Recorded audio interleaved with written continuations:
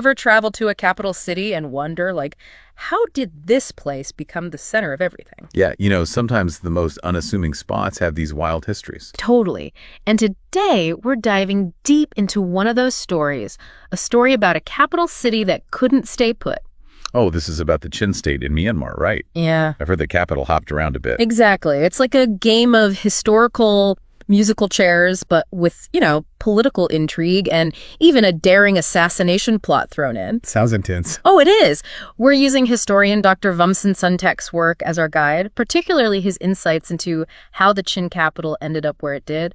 But buckle up, because this story is anything but straightforward. Well, I'm all ears. Or, I guess, all eyes on the page. You know what I mean? Exactly. So let's rewind back to the late 1800s. Picture the Chin Hills, this rugged, mountainous region in present-day Western Myanmar. I've seen pictures. It's a stunning landscape. Absolutely stunning, but also incredibly diverse. Back then, it was home to numerous Chin communities, each with its own distinct culture and history. Right, and the British, in their quest for, well, everything, set their sights on the Chin Hills. They did. And like any good imperial power, their first move was to establish a foothold. They called it Fort White, plunked right down in Sazang territory. Seems logical, right? Secure a base, then expand outwards. Makes sense on paper. But I'm guessing it wasn't that simple. Not even close. See, the British may have underestimated the complexities of the Chin Hills. You mean the fact that the Chin people weren't exactly thrilled about being colonized? That and the fact that these communities had their own leaders, alliances, rivalries, a whole power structure that didn't just bend to British will. So how did that play out? Well, a few years after Fort White is established, boom, a daring assassination plot targeting a British officer named Carey. Whoa, hold on. Someone tried to assassinate a British officer. Multiple Chin chiefs were in on it, actually. They cooked up this elaborate plan to lure Carey into a trap. Talk about a power move. But they failed, I assume. They did. The assassination attempt was unsuccessful, but it sent shockwaves through the British administration. I bet it did. That's not just an attack on one guy. It's a direct challenge to their whole authority. Exactly. It exposed those simmering tensions and proved that the British couldn't just waltz in and expect everyone to fall in line. So how did the British respond? Well, they definitely didn't back down. Instead, they doubled down on control. And part of that involved, you guessed it, relocating their capital. They moved it from Fort White. Yep. They decided on a new location, Phalam. Phalam.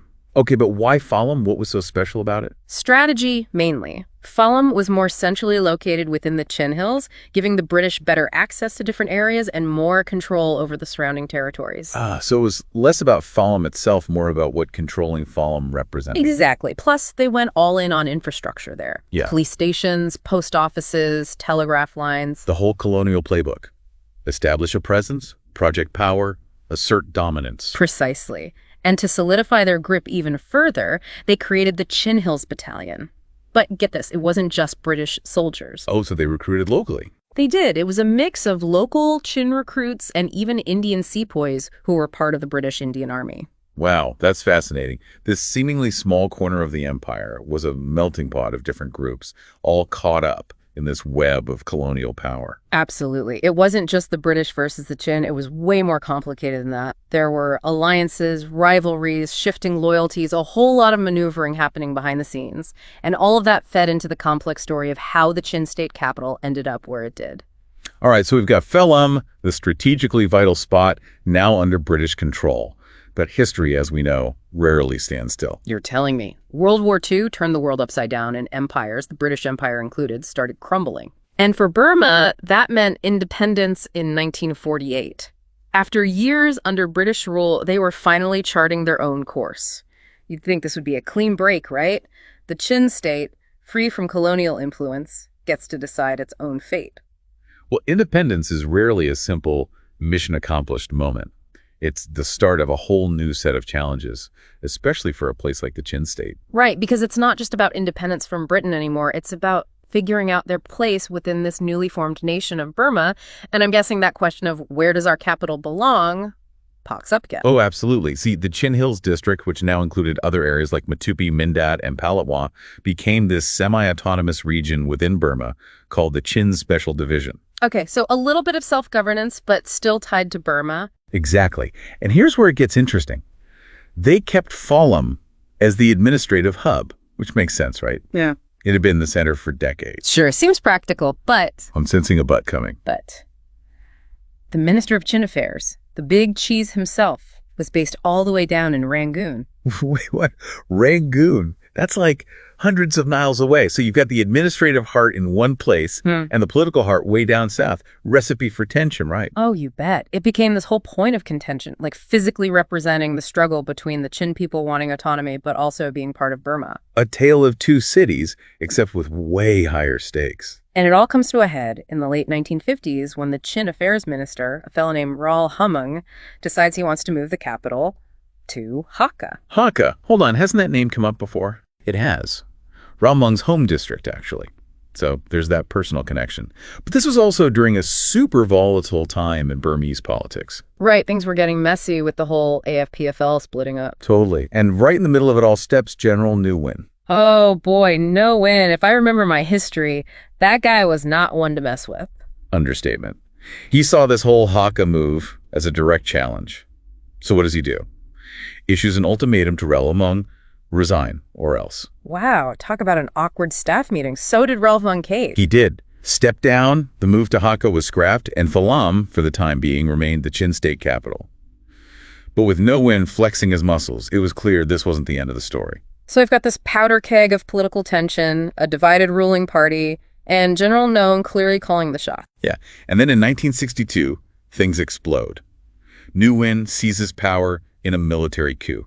Game changer, not just for Burma as a whole, but especially for the Chin state. Because I'm guessing the whole "where should our capital be" debate didn't just disappear. Not a chance. Yeah. It gets even more tangled up with Nguyen's agenda. First thing he does, appoints a new guy, Sun Ko-lien, to head up the Chin State Council. Okay, so new leader, new era, maybe a chance for a fresh start with the whole capital situation. You'd think, right? Yeah. But Sun Ko-lien, he's not playing it safe.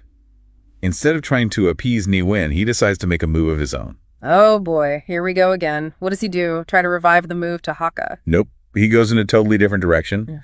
Decides to relocate the Chin administration to Kalamyo. Kalamyo, okay, that's a new one. Where's that and why the sudden switch? Kalamyo is in that Kale Kaba Mithigangal Valley we talked about earlier, remember? Right. Rich farmland, strategically important, historically a point of contention between different groups. Right. That fertile valley cutting through the hills, almost like a crossroads. Exactly. So by moving the administration there, Sun Ko-lien is making a statement. He's reasserting a Chin presence in this contested space. Bold move, but also probably not going to make him many friends among those who saw Kalamyo as their turf. You got it. Certain Burman factions were furious. They saw it as a direct challenge, a land grab. And who do they complain to? Nguyen, of course. Ah, back to the big man himself. So what does Nguyen do? Sends in the troops. He calls a meeting, gets Sun Ko-lien, Colonel Ziangtin, a key military figure at the time, a few other important folks, all in a room. Oh, this is getting good. I can already picture the tension in that room. Right. And supposedly, Nguyen, he's fuming, tells Sun Ko-lien to figure out a new location for the Chin administration, and fast. But doesn't specify where, just get it out of Kalamyo. Classic power play. Exactly. But here's where it gets really interesting. We have these conflicting accounts of what happens next. Colonel Ziangtin, he's called away on some business, leaves his deputy, a Colonel Van Kool, in charge. Uh-oh. I feel like something's about to go down. You think? While Ziangtin's gone, Van Kool seizes the opportunity. He sends a telegram directly to Nguyen Tu, who was like the second in command in the Chin administration. Okay, I'm on the edge of my seat. What does this telegram say? It's short and to the point. Move everything to Hakka. Wait, seriously? They decided the fate of the Chin state capital through a telegram? Apparently. And Nguyen Tu, he doesn't waste any time. Gets to work day and night, moving the entire administration through rain and everything else. That's dedication. What about Ziangtin? What happens when he gets back and finds out what his deputy did? He tries to stop it, sends his own telegram countermanding the order. But by then it's too late. Nguyen Tu somehow intercepts the telegram, makes sure everything keeps moving to Hakka. Wow. So after all that back and forth, Hakka becomes the capital, not through some grand plan, but because of a telegram sent while the boss was out of town. That's how it seems to have gone down. Hakka, a place that wasn't strategically vital, not economically powerful, became the capital almost by accident. And what about that fertile valley, that crossroads that Sun Ko-lien was trying to reclaim for the Chin state? Gone. With the move to Hakka, They lost access to that region. And it had a real impact, both economically and symbolically. Yeah. Some people even see it as a deliberate attempt to marginalize the Qin people, cutting them off from resources and power. Man, what a story. We started with the British Empire, then independence, political maneuvering, a military coup, and it all comes down to a telegram and a very efficient deputy. It just goes to show, sometimes the biggest events in history hinge on these seemingly small, almost random moments. It really makes you think about all those what ifs. What if that assassination plot against that British officer had succeeded? What if Raoul Hung had stood up to Nguyen? What if Colonel Luntin had just stayed in his office that day? Right. It's like those moments reveal how unpredictable history really is. And in the case of the Qin state capital, that unpredictability led to a decision with lasting consequences. It's a good reminder that the places we think of as permanent, those centers of power, they all have a story. Often a messy and complicated one. So next time you're looking at a map, think about the Qin state. It's a place where geography and history are deeply intertwined, where the question of where does our capital belong wasn't just about location, but about power, identity, and the constant push and pull of forces that shape our world.